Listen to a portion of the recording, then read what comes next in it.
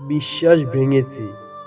ঘটনাটা প্রত্যেকের জীবনে একবার হলেও হয়। তাই এটা জীবন থেকে নেওয়া কোনো এক গল্প। আজ আর কোনো কবিতা নয়, বিশ্বাস অতি নরম এক আবরণ।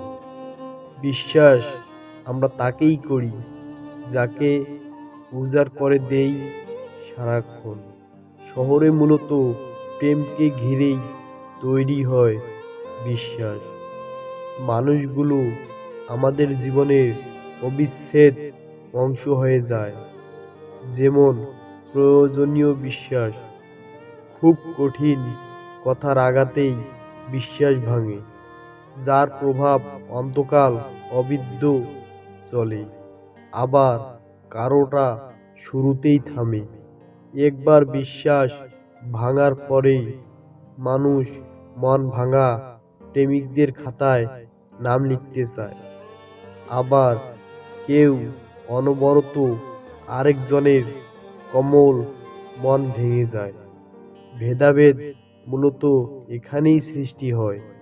কেউ দুর্যোগ কাটিয়ে ফিরে আসে, কেউ হারিয়ে যায় অজানায়।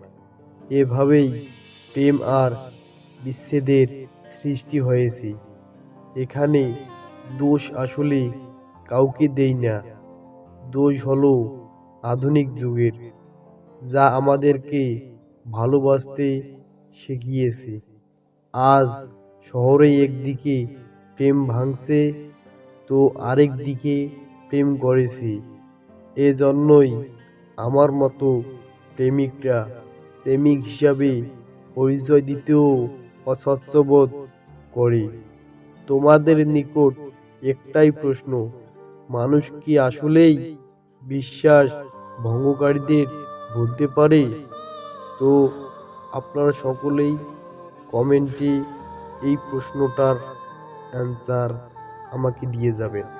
সবাইকে ধন্যবাদ।